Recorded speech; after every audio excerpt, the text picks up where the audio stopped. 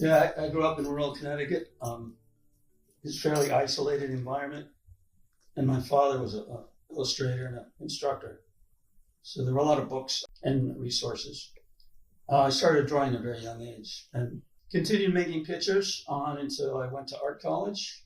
And of course, got a background in art college. Was exposed to contemporary art. I worked with an instructor last year, a minimalist and minimalist sculptor. So that preoccupation with drawing, with thinking that way, with rendering different kinds of objects, narrative and non-narrative, it was pretty much a strong preoccupation in my youth. I don't come with an idea. I don't think I'm going to paint something and go paint it. I just start actually modulating a surface, having a vocabulary of images. I just start drawing on the canvas, drawing with paint, and things begin to evolve.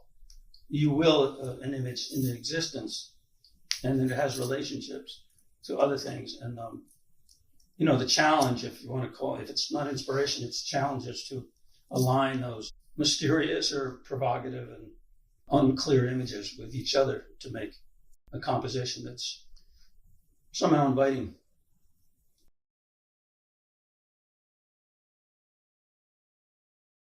No, I think over the years, but as you develop as an artist, you're exposed to different genres of painting and drawing, historically, formalist qualities, non-formal qualities, conceptual things. You're exposed to different,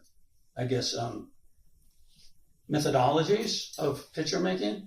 But after a while, you develop your own out of your own needs to create something that isn't there. That's why most artists' work is they create something that's not there in order to have it in the world. My medium is drawing and, with paint, essentially.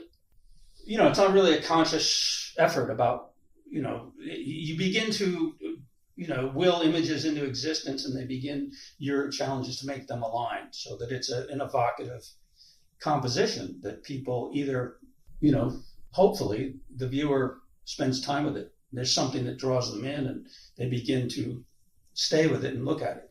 Sometimes not, and some pictures fail. It's really not a conscious process. It's really about, evoking images. You will think something, you create these images. It's like starting a conversation with a stranger.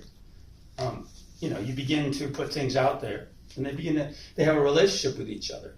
And there's a multitude of possibilities within, the genre of a four-sided canvas that, you can create these different relationships with either very explicit objects or ambiguous, non-clear objects. And I think that the challenge is, it's like writing a novel or creating a movie. You have to align all these characters, these objects, these nuances, these suggestions. And I think that is the real challenge and the difficulty, a good part of the time. But I think that that's what creates an environment for the viewer. You really want to offer your audience something. You don't want to dictate what it is. A picture of your dog sitting on a chair, that's kind of it. I think that, a more ambiguous, abstract environment where things are suggested, that allows your viewer to live in that, and they make their own experience. Art itself is an act of empathy. It's not something you do to, advertise your skill as being able to render a rabbit. So it's, you want to create an environment for somebody to live in.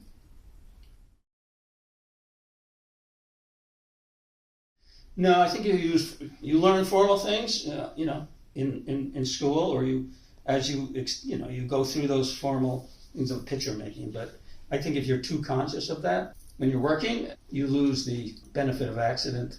Something that can happen that is an accident, it provides you a new avenue within the picture, something else that can happen and another relationship that can occur. So if you're too formal, if you're too conscious of those formal aspects, then I think that's something you learn, but then you throw it away.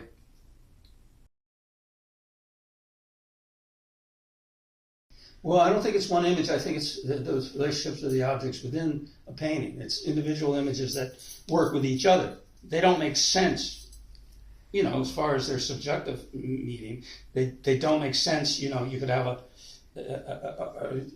a blob, a shape next to something like a coffee cup, but it doesn't mean anything. And you don't even want the coffee cup to be that specific, because you're trying to create an atmosphere that is almost, in a sense, it's an illusion, not in a literal sense, but it's like a dream. So you're making suggestions. What I try to do pictorially is make suggestions of an environment that allow people to live in that and things come to them. It's an environment that people can live in, hopefully. That's hard to do because you're dealing with perhaps objects and images that don't relate to each other, but your aim is to really align those structurally so that there's an intuitive, instinctive way for a viewer to enter the picture, because there's relationships that they feel, understand, but then they're given other things. I think this is hard to do, actually. I find it hard to do, but I find it the most rewarding thing about picture making, because it always, something actually new gets created. An environment or a composition gets created that you never thought could be there. But that's what creativity is. It's an ability, I think, to take those accidents and those things and make them work. It's an act of empathy. You're doing it because you want to give it to people. You want to give people an experience. It's what artists do. I think it's their way of being part of humanity. Never. Picasso used to say, they're never finished, they're only abandoned. And I've gone back to the pictures that, when I moved out here to Houston, I brought up all my inventory, and there was stuff that I hadn't seen in years, but it occurred to me that maybe it wasn't done. So I'd go back into it. And some things that I think aren't done, I go back and look at them, and I don't want to touch them because they look done, or you don't want to change them. You can always change a picture. It's not a photograph. Well, when I was a child, my father was influenced. Cliff Westerman, the painter Philip Guston, Robert Crumb, the underground cartoonist, the minimalist Carl Andre. I studied with him in a mentorship program my senior year at Pratt. But they all bring something different. My father was a great draftsman. I think a lot of the people who drew, artists who drew, Picasso, of course, the abstract expressionist. Picasso was an incredible draftsman, in spite of being a master of composition. That's what allowed him to do that. I think he understood how to handle that space very well.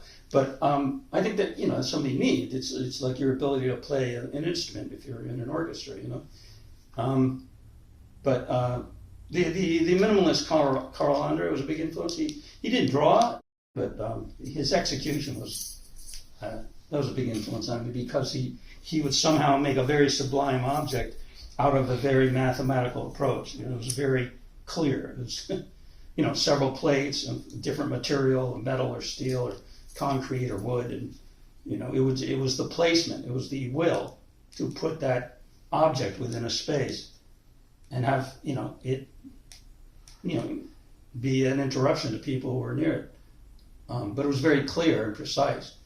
I thought that was an influence, as well as other things. I work in UI design. I work in developing interfaces for software as a visual designer, and that I think it's the same sort of desire to create an environment that people can intuitively move through.